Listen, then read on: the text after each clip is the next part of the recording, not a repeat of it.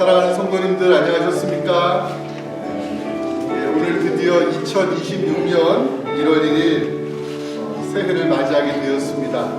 저희가 한국에 있을 때에는 설날이 되면은 온 지방이건 서울이건 다 같이 모여서 어른들께 인사하고 세뱃돈 받으면서 1년을 시작했고 또 덕담을 주고받았는데 미국에 있는 저희들은 그렇게 큰 대가족이 될 수가 없었지만 이렇게 1월 1일 하나님전에 나와서 저희가 하나님께 먼저 새해 인사를 드리고 또 하나님으로부터 말씀의 덕담을 받는 그런 시간을 저희가 맞이하게 되었습니다. 그래서 오늘 예배 우리가 드리면서 하나님께서 올 한 해 우리에게 주실 은혜의 말씀을 좀 기다리는 시간 되기를 원하고요.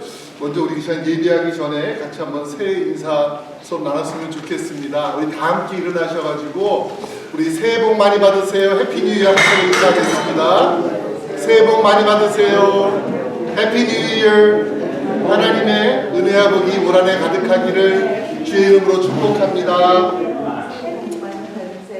감사합니다. 감사합니다.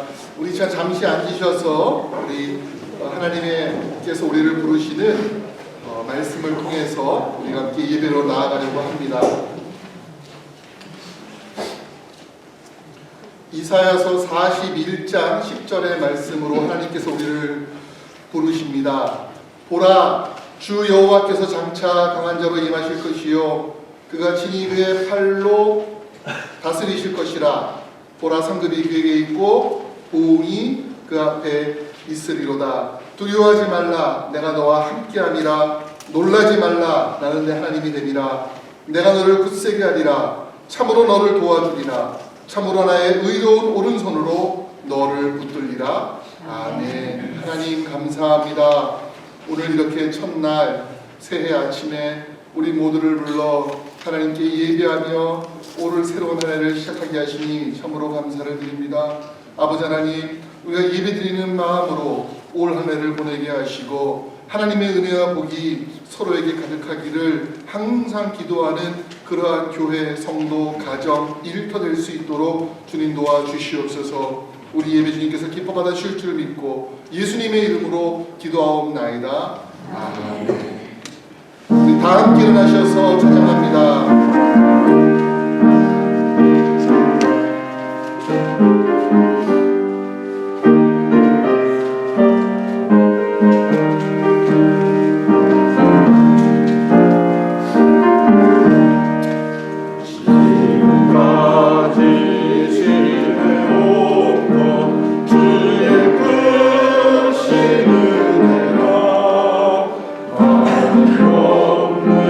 주의 사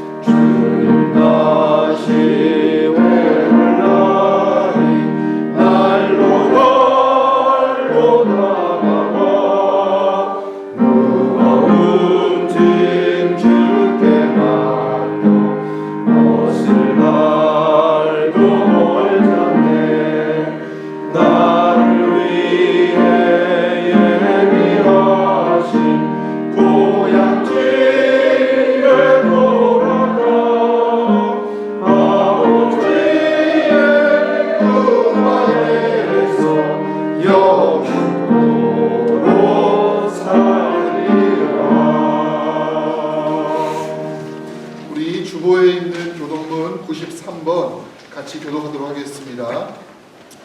주께서 옛적에 땅에 기초를 놓으셨사오며 하늘도 주의 손으로 지으신 바이니이다. 천지는 없어지려니와 주는 영존하시고 그것들은 다 옷같이 낡으리니 의복같이 바꾸시면 바뀌려니와 주는 연대하시고 주의 연대는 무궁하리이다. 너희는 이전 일을 기억하지 말며 옛날 일을 생각하지 말라. 보라 내가 새 일을 행하리니 이제 나타낼 것이라. 너희는 유혹의 욕심을 따라 썩어져가는 구습을 따르는 옛사람을 벗어버리고 오직 너희의 심령이 새롭게 되어 하나님을 따라 의와 진리에 거룩하고 지으심을 받은 새 사람을 입어라. 그런즉 누구든지 그리스도 안에 있으면 새로운 피조물이라. 이전 것은 지나갔으니 보라 새 것이 되었도다. 새 계명을 너희에게 주노니 서로 사랑하라. 내가 너희를 사랑하는 것 같이 너희도 서로 사랑하라. 아멘.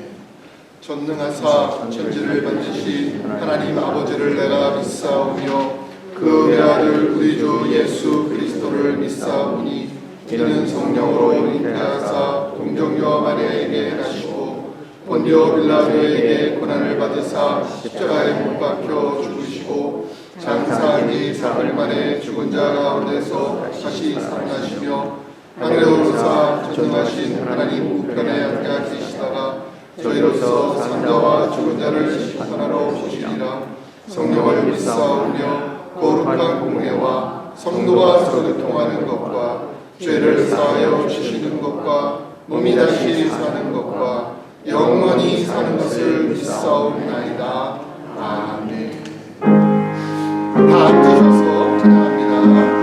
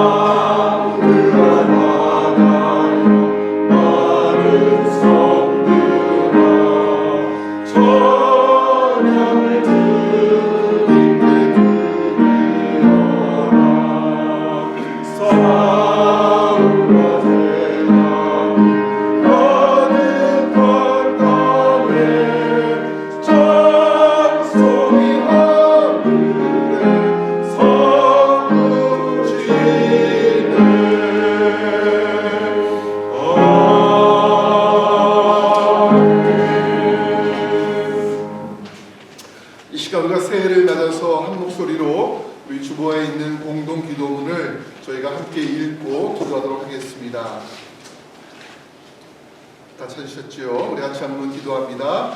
온 세상 만물을 창조하시고 또 다른 새해를 허락하신 하나님 아버지, 지난 한 해 동안 저희를 인도하시고 지키신 은혜에 감사와 찬송을 올려드립니다. 때로는 넘어지고 실수하기도 했지만 저희의 연약함을 용서하시고 다시 일어나 새해 첫 예배를 주님께 드릴 수 있게 하시니 감사합니다. 바라기는 이 시대와 사람들의 죄악을 용서하시고 죄로 향해 달려가는 발걸음을 막아주셔서 다시금 하나님 나라의 복음이 초대교회 때와 같이 부흥의 시대와 같이 온 세상에 가득한 한 해가 되도록 도와주시옵소서. 이 시간 가정들을 위해 기도합니다. 새해에는 예배가 살아있는 가정, 말씀과 기도로 주님과 동행하는 가정이 되게 하옵소서. 부모는 신앙의 분이 되고 자녀들은 믿음으로 성장하며 모든 가정의 건강과 평안, 사랑의 복을 허락해 주시옵소서. 또한 우리 교회는 또 다른 확장된 가정이 되게 하시고 세상의 빛과 소금이 되게 하시고 예배의 감격이 넘치며 말씀과 기도로 더욱 부흥하게 하옵소서. 복음을 전하고 이웃을 섬기며 구원받는 자가 날마다 더해지는 교회 되게 해 주시옵소서.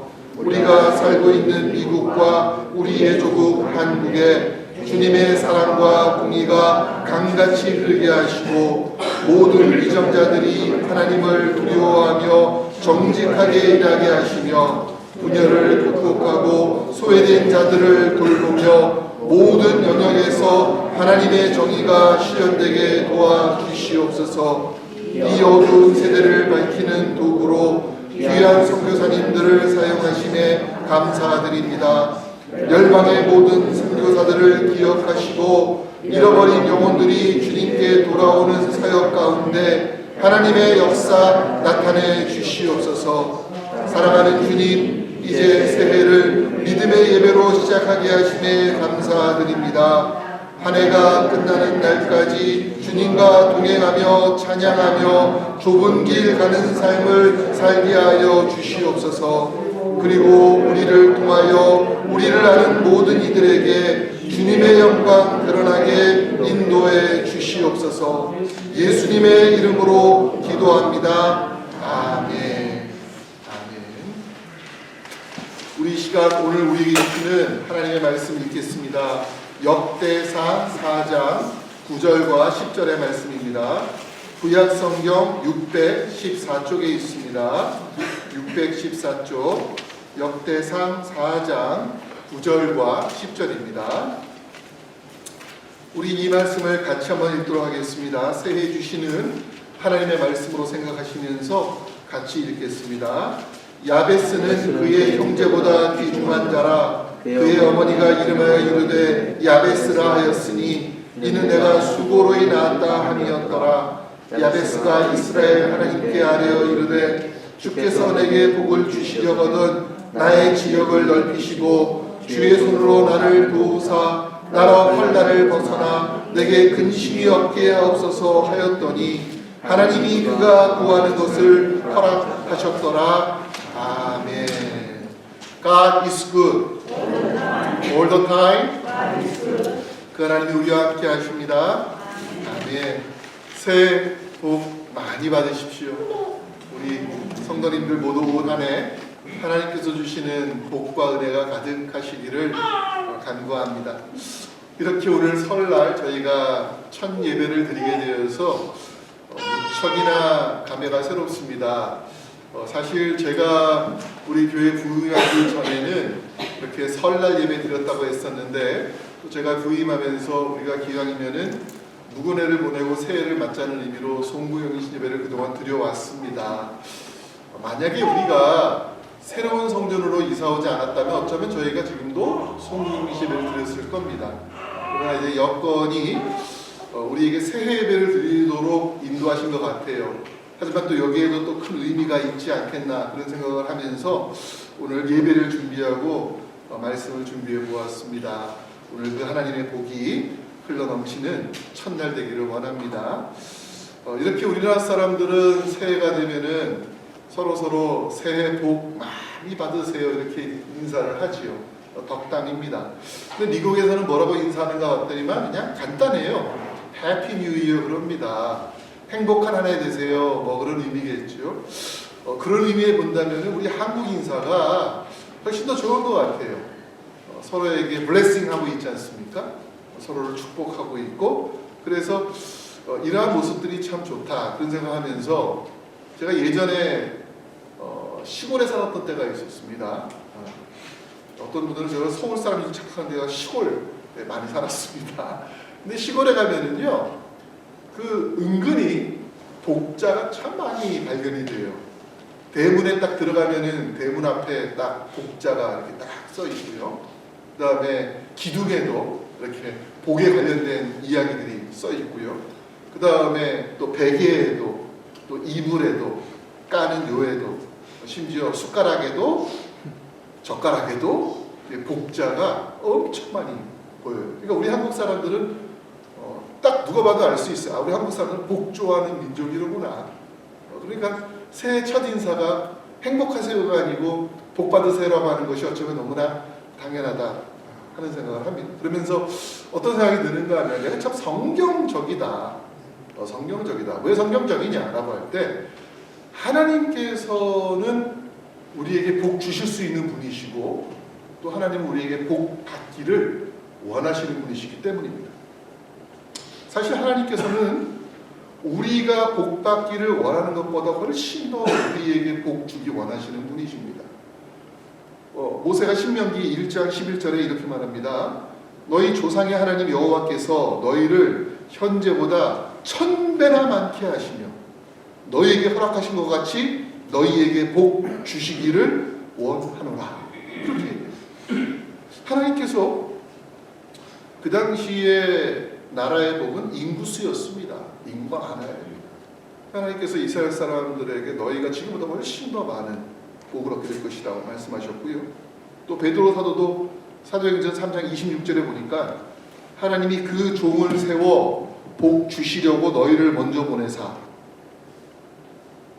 모든 선지자들과 말씀이 이 땅에 온 이유는 무엇인가 하면은 너희에게 복 주시기 위해서 너희보다 먼저 보내신 사람들이다 이렇게 얘기합니다.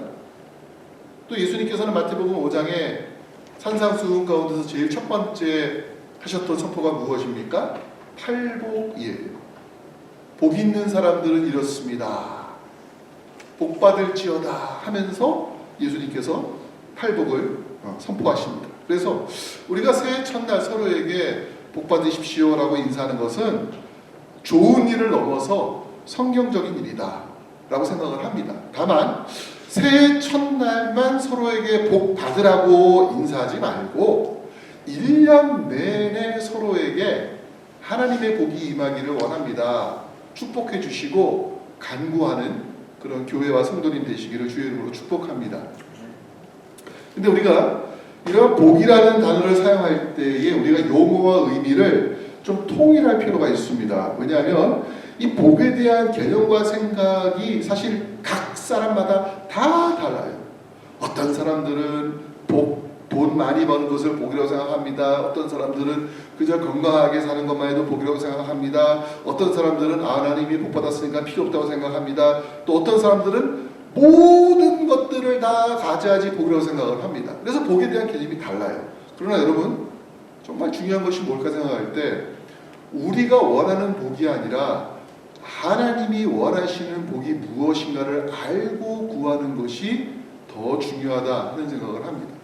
우리가 이렇게 라디오에서 요즘에는 스포티파이라든지 아니면 여러 음악 프로그램들이 있고 또 유튜브가 있고 그래가지고서 그걸 틀면 내가 원하는 정보들을 얻을 수가 있는 그런 세상이 되었습니다. 그렇다고 해서 우리가 아무 주파수나 딱 전원을 킨 다음에 돌린다고 해서 내가 원하는 음악이 나오고 내가 원하는 뉴스가 나오고 내가 원하는 프로그램이 나오는 것은 아니에요. 반드시 그 방송국에서 또는 그 회사에서 송출해 주는 자기에게 할당되어 있는 주파수에 맞아야지만이 내가 채널을 돌렸을 때에 내가 원하는 것을 들을 수가 있다는 겁니다. 다시 말하면 내가 아무리 원하는 것이 있고 그것을 강구한다 하더라도 하나님의 주파수와 맞지 않으면 내가 원하는 것이 이루어질 수가 없다라는 거예요. 여러분 보세요. 우리가 아무리 복받기 원한다고 막 빌어요. 무당에게 빌고 구타하고 성황당에 빈다면은 과연 그것이 하나님께서 우리에게 주시고자 하는 복의 주파수를 맞추는 일일까?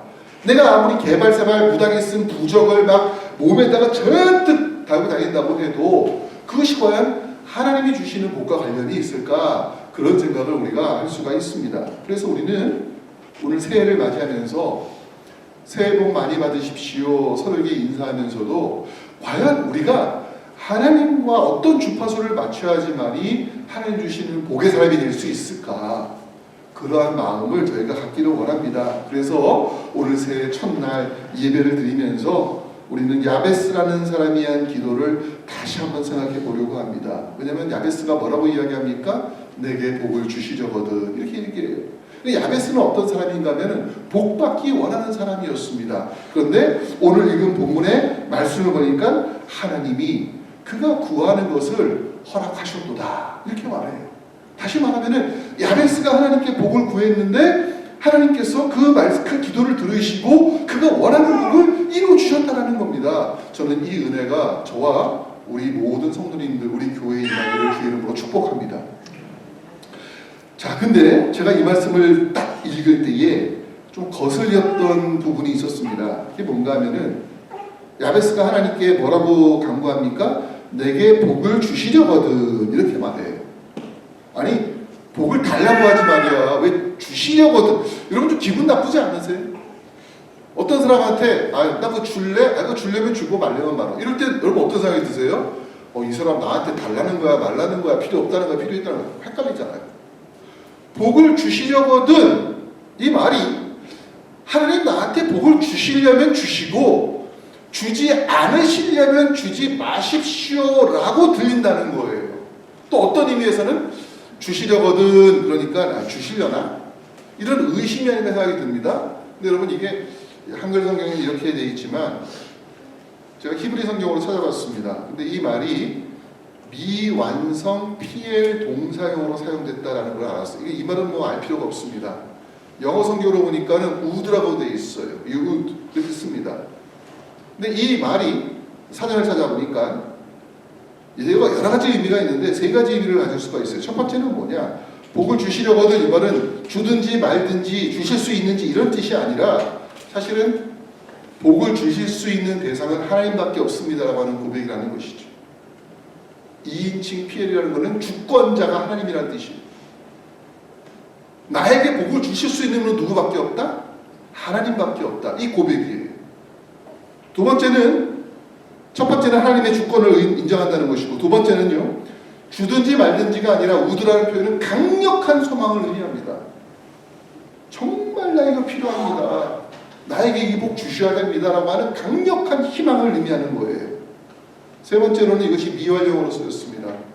다시 말하면 한 번만 주십시오가 아니에요. 나는 하나님의 복이 절실한데 이거를 계속 주셔야 됩니다. 이런 요구가 오늘 야베스가 한 기도였습니다.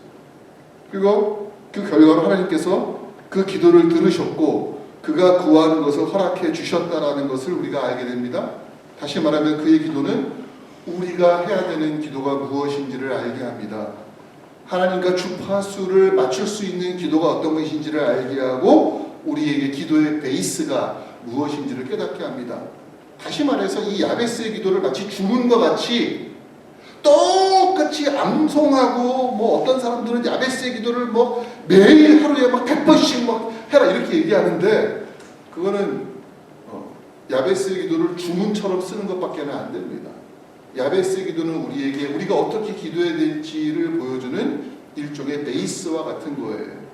거기에 우리의 삶을 집어넣으셔야 되고요. 우리의 믿음을 집어넣으셔야 되고 우리의 간구와 우리의 소망을 넣으셔야지만이 진짜 우리 자신이 야베스와 같이 하나님께 복받는 한 해를 맞이하실 줄로 믿습니다. 첫 번째로 이 말씀을 이 기도를 통해서 우리가 알 수 있는 것은 무엇입니까? 라고 할 때 복을 받기 위한 기도는 간절해야만 한다는 것을 알 수가 있습니다. 야베스는요 기도에 대한 열망을 가지고 있어요. 야베스가 기도할 때 하나님 나에게 복을 주시려거든 이걸로 끝난 것이 아니라 하나님 나에게 복의 복을 더해 주시옵소서라고 말합니다. 그냥 복 달라는 것이 아니고 여러분 복의 복을 더한다는 것은 뭐예요? 나에게 갑절의 복을 달라는 거예요. 여러분 기도할 때 어떻게 기도하십니까? 그냥 평상시 하는 대로 그렇게 기도하시고 이렇게 기도하면 하나님 들어준다 했으니까 한번 기도해보자 이런 식으로 기도하시는 건지, 아니면 하나님, 나는 정말 하나님밖에는 나에게 복 주실 분이 없습니다. 나 정말 하나님께서 나에게 복 주셔야 됩니다. 하나님밖에 없으니까 나 정말 나에게 갑절의 복을 주십시오. 나 7배의 복을 더해 주십시오. 그렇게 간구하고 있느냐라고 하는 것입니다. 우리가 알다시피 이스라엘의 가장 유명한 선지자 중에 한 사람은 엘리야였습니다. 엘리야, 갈멜산의 엘리야 아시죠? 근데 그 엘리야에게는 한 명의 수많은 제자들이 있었지만 그 중에 특별한 제자가 엘리사였습니다. 엘리사가 마지막에 엘리야가 불말을 타고 불병을 타고 승천할 때 그를 쫓아다니면서 그를 보필하고 그를 도왔습니다. 그러면서 엘리야가 하도 쫓아다니니까 엘리사가 도대체 네가 원하는 게 뭐냐 이렇게 얘기해요. 네가 원하는 게 뭐냐? 그때 엘리사가 뭐라고 얘기합니까? 나에게 당신의 능력에 배나 되는 갑절이나 되는 그런 은혜를 주십시오 이렇게 얘기합니다. 엘리야가 그거는 내가 줄 것이 아니지만 내가 너에게 기도해 준다고 해서 이렇게 복을 내려주었을 때 우리는 엘리사가 얼마나 더 능력 있는 선지자로서 활동했는지를 보게 됩니다. 여러분, 우리가 하나님의 복을 구하는 것은 미안한 일이 아니에요. 하나님께서 우리에게 복 주시기를 원하시는데 우리가 하나님께 복을 구하지 않는 것이 오히려 이상한 일이라고 하는 것입니다. 하나님께서는요, 이 야베스를 보면 하나님께 자신에게 2배 이상의 복을 달라고 요청하고 있습니다. 하나님, 나를 좀 더 생각해 주시고 내 삶에 어떠한 특별한 의미가 있도록 나를 인도해 주시옵소서. 이런 기도를 딱 볼 때 우리 어떤 생각이, 야, 어쩜 이기적인 사람이네 이 사람. 어떻게 지만 복의 복을 더해달라고 기도할 수가 있어. 아니, 다른 사람 생각 안 하는 거야? 이렇게 생각 들 수 있잖아요. 예, 우리가 어떤 다른 사람들한테 특별한 은혜를 구할 때에는 그런 마음이 듭니다. 내가 누군가에게 나를 좀 특별 대우해 주세요 그러면은 어떤 마음이 들어요? 저 지밖에 모르는 사람이네. 자기한테 특별 대우해 주면 다른 사람들은 그만큼 포션이 줄어들 거 아니야, 그만큼 받을 게 적어질 거 아니야 생각할 수가 있어요. 여러분, 우리 하나님은 어떤 분이십니까? 하나님은 제한이 없으신 분이에요. 내가 하나님께 특별한 은혜를 달라고 했다고 하나님께서 내가 가지고 있는 은혜가 이만큼 빼앗겼으니까는 너 때문에 저 사람한테는 이만큼 은혜가 줄어들겠어 이렇게 하시는 분입니까? 내가 너에게 갑절 은혜를 줬으니까 내가 저 사람 두 사람한테는 내가 반절의 은혜만 줘야겠다, 이런 하나님이 아니시라는 거예요. 우리 하나님은 어떤 분이신가 하면은 아낌없이 주시고도 더 주실 수 있는 분이 우리 하나님이라는 겁니다. 근데 우리는 왜 야베스와 같이 그 복의 복을 더하는 은혜를 받지 못할까? 문제는 뭐예요? 그렇게 구하지 않았다라는 것입니다. 구하라 너에게는 주실 것이요 두드리라 열릴 것이요. 예수님께서 우리에게 하신 말씀이에요. 너희가 무엇인가 구하면은 하나님께서 그대로 주실 것이라는 겁니다. 이거는 하나님과 우리 사이의 일종의 계약입니다. 계약이에요. 하나님께서 우리에게 일반 계시로 모든 은혜를, 즉 햇빛과 달빛과 구름과 비와 눈과 파도가 다 주셨지만은 우리에게는 특별을 더해 주셨어요. 특별 계시를 주셨잖아요. 예수 그리스도라고 하는 일반 계시 위에 하나님의 특별한 은혜를 주신 거예요. 저와 그렇게 살고 있는 거예요. 그런데 그 받은 은혜의 계시와 그 받은 은혜가 너무 커가지고 우리가 하나님, 그런데 내가 뭔가를 더 구한다는 것은 좀 미안하니까 그냥 예수 믿는 걸로 만족하면서 이 땅을 살아가겠습니다라고 한다면 그건 하나님께서 우리에게 주실 수 있는 보너스와 우리에게 주실 수 있는 더 나은 삶을 우리가 포기하는 것이라는 겁니다. 야베스는 하나님이 어떤 분이신가를 너무나 잘 알고 있었습니다. 하나님은 복 주실 수 있는 분이신데 우리가 알고 있는 다른 어른들과 내 위에 있는 직장 상사와 또는 내가 돈을 빌려 쓰고 있는 채권자와 달리 우리가 하나님께 구하고 요구할 때 주실 수 있는 분이시고 더 주실 수 있는 분이라는 것을 알았습니다. 사람한테는 그렇게 못하잖아요. 무례하게 누군가에게 감당할 수 없는 것을 구하면 그 사람이 얼마나 기분 나빠하고 복이 아니라 저주를 주려고 하겠습니까? 근데 하나님께서는 어떤 분이시냐라고 할 때 하나님은 나에게 주신 것 이상으로 또 다른 사람이 구할 때 더 주실 수 있는 분이시고 그 복과 복이 서로 부딪히거나 누군가에겐 이익이 되지만 누군가에겐 손해를 주는 그런 하나님이 아니라는 것을 알았기 때문에 야베스는 하나님께 구할 수가 있었던 거예요. 여러분, 우리 모두가 하나님께 받은 은혜를 만족하지 마시고 올 한해는 정말 더 구하시기를 원합니다. 우리 스스로가 우리에게 제한을 두지 마시고 하나님 나에게 주실 수 있는 만큼 더 주세요. 난 이거 필요합니다라고 구할 때 하나님께서는 반드시 응답해 주실 것이라 하는 겁니다. 이것은 무엇과 관련이 있는가 하면요, 믿음과 관련이 있습니다. 제가 지난주에 어떤 분 글을 읽다가 그분이 하신 말씀이 너무나 저한테 다가왔어요. 이게 뭐냐? 기적은 믿는 자의 목이다. 기적은 믿는 자의 것이다. 여러 글들이 있었지만 그게 저한테 너무 딱 다가오더라고요. 아, 그렇구나. 내가 하나님께 믿음으로 구하는 삶을 살고 있는가. 야베스를 보면서 하나님, 내가 하나님을 정말 신뢰하고 있다면 하나님께 나에게 주실 수 있는 것 이상으로 나에게 주실 수 있는 분이라는 것을 내가 소망하며 살기를 원합니다. 성경을 읽어보니까는요, 성경에 이러한 마음을 가진 사람들이 예수님 앞에 나와서 복 받고 은혜 받고 나아갑니다. 마태복음 15장에 보면은요, 혈류파 하는 여인이 예수님께 왔습니다. 그의 옷자락만 만져도 내가 구원받을 것이다, 나을 것이라는 믿음을 가지고 만졌습니다. 근데 예수님께서 뭐라고 말씀하셨냐면, 여자야, 내 믿음이 크도다. 내 소원대로 되리라. 그 시로부터 그 딸이 나으리라.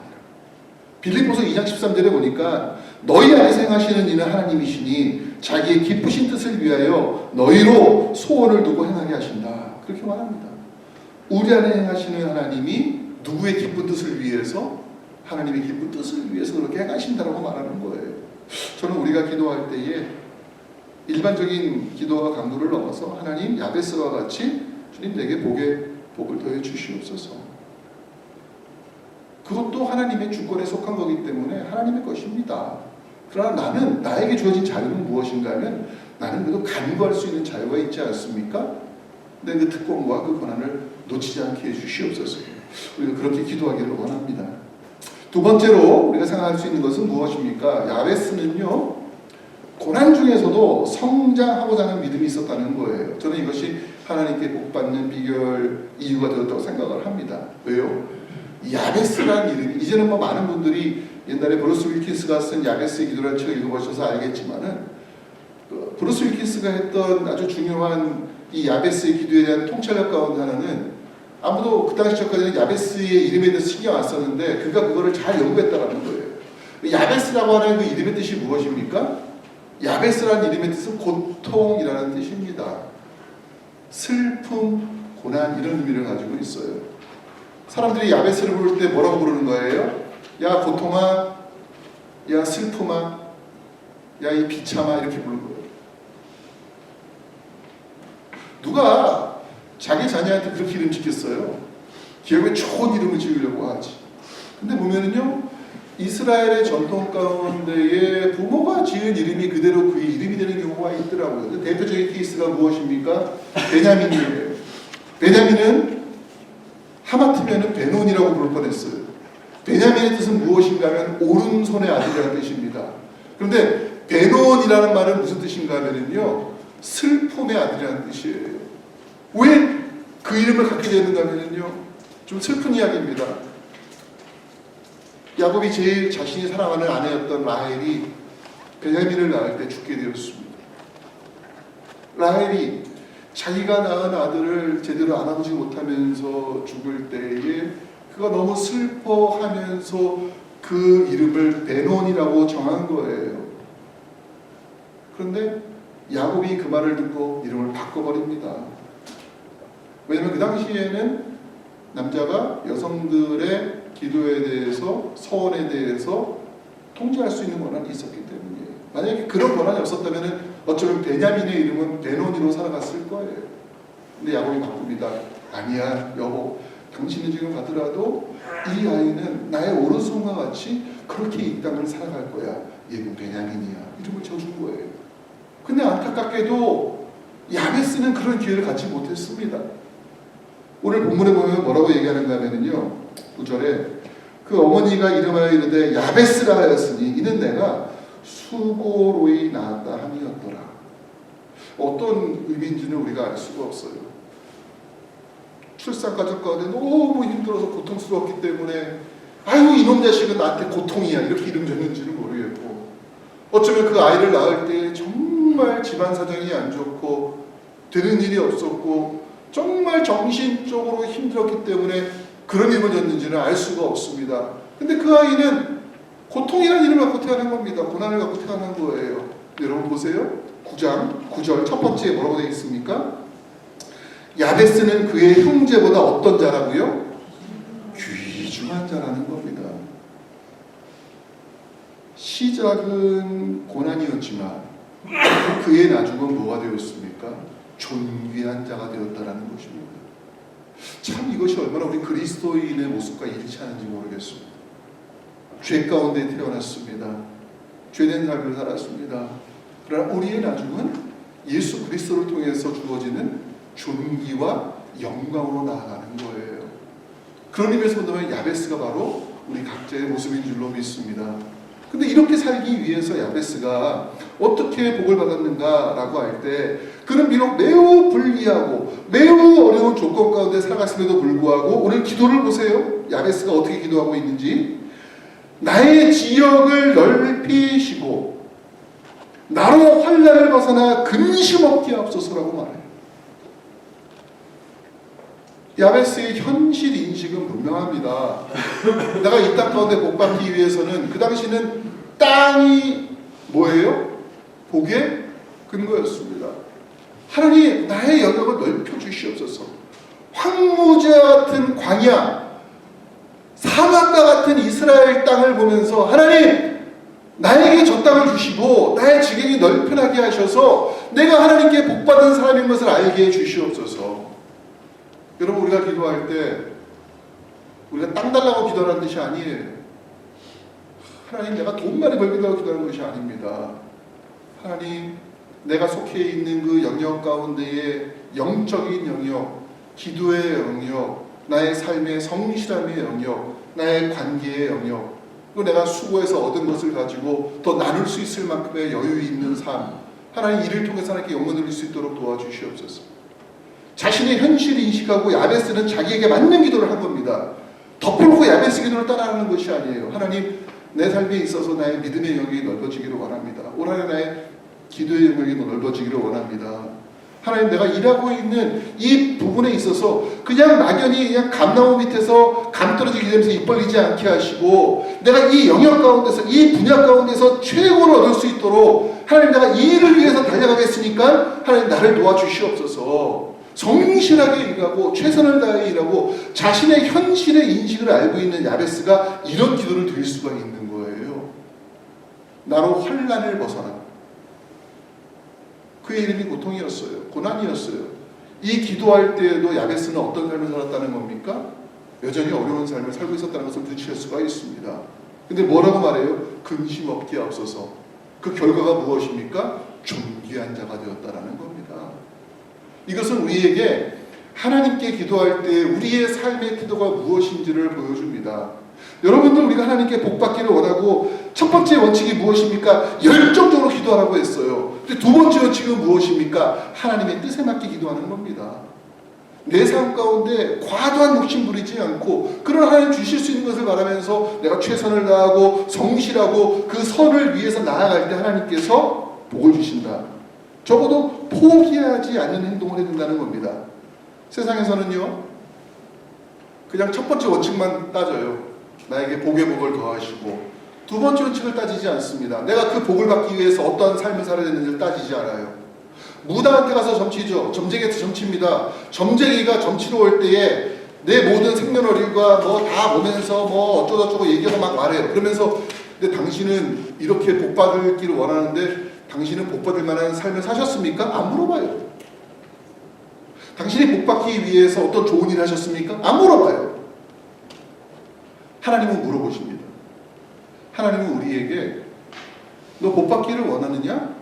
그럼 복받을 만한 사람이 되어 있느냐라고 물어보십니다. 내가 여러분들 시편 1편을 잘 읽어보셔야 됩니다. 거기 보면 복 있는 사람은 시냇가에 심은 나무가 시제로 차 이렇게 시작하지 않고 뭐부터 시작해요? 복 있는 사람은 죄인의 길에 서지 않고 악인의 길에 서지 않고 오만한 자리에 앉지 않는다라는 거예요. 이게 무엇을 말하는가 하면 복 받을 만한 삶의 태도를 내가 그렇게 가지고 있느냐를 묻는 것입니다. 복 받기를 원하면 복 받는 자리에 나가야 된다는 것이고요. 복 받기를 원한다면 복 받는 삶의 태도를 갖고 살라는 거예요. 그게 없으면 하나님은 우리에게 어떤 존재가 되는가 하면은 점쟁이와 무당밖에는 될 수 없습니다. 하나님의 복은 하나님과 우리의 관계 가운데 주어진다는 겁니다. 나는 하나님 앞에 복을 받는 삶의 태도를 갖고 살아가겠습니다. 나는 환난 가운데 있지만 분명히 하나님께서 나에게 근심을 얻게 해주실 줄로 믿고 나는 그렇게 노력하고 있습니다. 하나님 나의 지경을 넓혀 주실 것으로 알고 나는 목표를 가지고 살아가고 있습니다. 오늘 야베스는 우리에게 그렇게 기도하는 거구나 깨닫게 해주고 있습니다. 세 번째로 그렇기 때문에 야베스의 기도는 구체적입니다. 현실적입니다. 실제적입니다. 여러분 야베스의 기도가 길어요? 짧아요? 짧아요. 짧습니다. 오늘 2절 읽었지만 야베스 기도는 한 절밖에 안 되는 거예요. 나에게 복의 복을 더하시고 나의 지경을 넓혀주시고 나의 근심이 변하여 나에게 안식을 평안을 주시옵소서. 너무 짧아요. 짧다는 것은 무엇을 말하는 겁니까? 짧다는 것은 군 더더기가 없다라는 거예요. 자신이 하는 기도가 무엇인지를 자신이 모르는 것이 아니라 분명히 알고 있다는 겁니다. 어떨 때 우리가 보면은요, TV를 딱 봐서 어떤 사람들 말을 너무 잘하는데 재미가 있는데 나중에 딱 돌아선 다음에는 기억이 안 나는 경우가 너무 많아요. 그죠? 뭔가 좀 재미는 있었어요. 한참 봤어요. 남는 게 없어요. 남는 게 없어. 기도에서 그런 기도를 뭐라고 합니까? 예수님께서는 중언 부언하는 기도라고 이야기합니다. 바리새인들이 기도할 때 광장어귀에 서서 시장통에 서가지고 사람들 앞에서 다른 사람들은 모르는 율법적인 언어를 사용하면서 화려한 미사여구를 사용하면서 오랫동안 길게 기도합니다. 왜요? 그래야지만이 오가는 사람들이 다 나를 한 번씩 볼 수 있으니까. 그런 기도하지 말라고 얘기합니다. 어떤 기도라고 합니까? 골방에 들어가서 하나님과 우리 사이의 관계 가운데에서만 들을 수 있는 기도하라고 이야기합니다. 하나님께서는 우리의 모든 것을 아시는 분인데 왜 기도하느냐라고 할 때 그게 하나님의 원리예요. 구하는 것을 들어주시겠다고 하는 것이 하나님의 원리입니다. 그럼 우리는 하나님께 구할 때 하나님께서 내 기도를 안 들어주실까봐 이것저것 군더더기를 붙이면서 기도할 필요가 없다라는 겁니다. 기도는 짧게 그러나 명료하게 그러나 분명하게 하라고 오늘 야베스가 우리에게 알게 해줍니다. 그러나 대표적인 성경에 나오는 기도가 누구의 기도입니까? 우리 예수님께서 가르쳐주신 기도입니다. 우리가 다 알고 있는 주님의 기도, 주기도문이에요. 여러분 예수 믿는 사람들 가운데서 주기도문 모르는 사람 없잖아요. 몇 번만 우리가 읽고 따라하다 보면은 어느 순간 우리도 모르는 사이에 주기도문은 다 아는 기도예요. 하나님 내가 기도 잘 못합니다 라고 하지 마시고 그런 분들은 주기도문부터 시작하시면 됩니다. 주기도문에다가 거기에 알맞은 나의 상황을 살을 붙이시고 읽다 보면은 어느 순간 내가 주기도문을 하고 있지만 나의 기도가 되어버리고 그 다음에 나의 기도를 통해서 하나님께 나아갈 수가 있어요. 오늘 야베스의 기도가 그런 기도였습니다. 하나님 나에게 허락해 주시옵소서. 막연하게 의미 없이 구하는 것이 아니라 하나님 나라를 위해서 나의 삶을 위해서 우리 교회를 위해서 우리의 가정을 위해서 또 내가 알고 있는 사랑하는 구원받지 못한 이웃을 위해서 우리가 구체적으로 간단하게 기도할 때에 하나님께서 들어주셔요. 간단한 기도라도 안 하는 기도보다 낫습니다. 또 한 가지는요. 우리가 하나님께 구할 때에 어떤 분들은 좀 미안한 마음을 가지고 있는 것도 사실입니다. 하나님이 나에게 많은 은혜를 더해 주셨는데 내가 또 구하면 이거 너무 미안한 게 아닌가. 근데 성경은 우리에게 그렇지 않다라고 이야기합니다. 야고보서 4장 2절에 보니까 야고보 장로가 우리에게 너희가 얻지 못함은 구하지 아니함이라 이렇게 말합니다. 또 에베소서 3장 20절에 바울 사도는 하나님께서는 어떤 분이십니까? 우리 가운데서 역사하시는 능력대로 우리의 온갖 구하는 것이나 생각하는 것에 더 넘치도록 능히 하실이라고 말씀해 주셨습니다. 우리가 기도를 할 때 새해를 맞아서 세상의 복이 아니라 하나님의 복을 사모하신다면 하나님께서만이 우리의 기도를 응답하실 수 있는 분이라는 것을 믿고 있다면 나의 삶 가운데에서 하나님을 위해서 이러한 복이 필요하다는 것을 고백한다면 하나님께서는 우리에게 주신 복 이상으로 또 다른 복을 더해 주실 것입니다. 물론 저는 믿고 있어요. 우리가 이렇게 새해 첫날 함께 예배 드리며 새해를 시작하는 복이 이미 우리에게는 주어졌습니다. 이 복 위에 하나님께서 우리 모든 성도님들과 또 가족들과 모든 상황과 모든 환경 가운데에서 야베스에게 주신 복 이상의 복을 올 한 해 받게 되기를 주의 이름으로 축복합니다. 같이 한번 기도하겠습니다. 하나님 아버지, 오늘도 우리가 이 자리에 나와서 하나님 새해 첫날 첫 예배를 드립니다. 우리가 그동안에는 우리가 한국의 상황과 문화와 때로는 샤머니즘 쪽이고 주술적인 영향으로 인해서 우리가 구하는 복이 너무나 세상적이었고 하나님과 관계가 없는 것이었다면은 이제 우리가 야베스의 기도를 통해서 우리의 복을 구하는 모습이 하나님과 연관된 것이며 하나님께서 주신 더 큰 은혜를 기대하는 것이며 하나님이 이주님이 주신 복에 대한 감사를 표현하는 그러한 기도가 될 수 있도록 저희를 주장하시고 우리가 구하는 것보다 더 주실 수 있는 분이시지만 우리의 기도에 그러한 간구들도 포함될 수 있도록 올 한 해 저희를 인도하시고 이끌어 주시옵소서. 주님 기왕이면은 예수님과 같이 우리가 하나님의 복을 구할 때에 나보다 더 사랑하는 사람들이 다른 이들이 더 큰 복을 받을 수 있도록 우리가 간구할 수 있게 저희의 마음을 넉넉하게 열어 주시옵소서. 오늘도 올 한 해 우리와 함께 하실 주님을 찬양하오며 예수님의 이름으로 기도하옵나이다. 아멘. 우리 교회 소식 먼저 좀 나누겠습니다. 오늘 새해 첫 예배를 우리 하나님께 드릴 수 있게 되어서 얼마나 감사한지 모르겠습니다. 그리고 오늘 첫날을 맞이해서 함께 예배드리는 우리 방문하신 분들 계셔서 먼저 좀 소개해드리고자 합니다. 우리 이종호 장로님, 또 홍성재 집사님, 우리 따님 되시는 이한나 자매님과 또 남편 홍성걸 집사님, 그리고 지난해 우리가 새로 얻은 귀한 아들 우리 은우 우리 나와서 함께 예배드립니다. 우리 마찬가지 박수로 환영하겠습니다. 고맙습니다. 다 오셨습니다. 네, 감사합니다. 또 우리 김성환 집사님, 우리 아내인 이에스터 자매님 우리 함께 나오셔서 예배 참석했습니다. 감사합니다. 네, 고맙습니다. 우리 저기 이금전 집사님 우리 함께 오셨는데 네 소개 좀 해주세요. 네, 사랑합니다. 아침에 기도를 안 해서 이쪽으로 왔어요. 아, 잘 오셨습니다. 감사합니다. 하나님 우리 가득하시기를 기도합니다. 고맙습니다. 오늘 저희가 이제 새해 첫날로 예배 드렸는데요.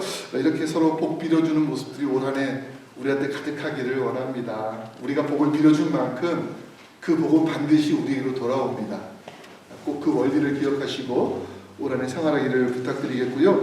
예배 후에는 우리 친교실에서 같이 우리 여성교회 특별히 황성일쌤 많이 준비하셨는데 우리 음식을 나누면서 우리가 설날 교제하고 또 윷놀이 우리 오래간만에 또 윷놀이를 부활해서 하는데 오늘 들어보니까는 산악관별로 저희가 선물을 다 준비했다고 합니다. 그러니까 승패 상관없이 함께 기뻐하는 시간 갖기를 원합니다. 윷놀이 하면서 서로 막 이렇게 막 뭐 유시다 또다 이렇게 이런 거 이렇게 하지 마시고 그냥 심판의 판결에 잘 따르시면 됩니다. 네, 잘하실 줄 믿고요.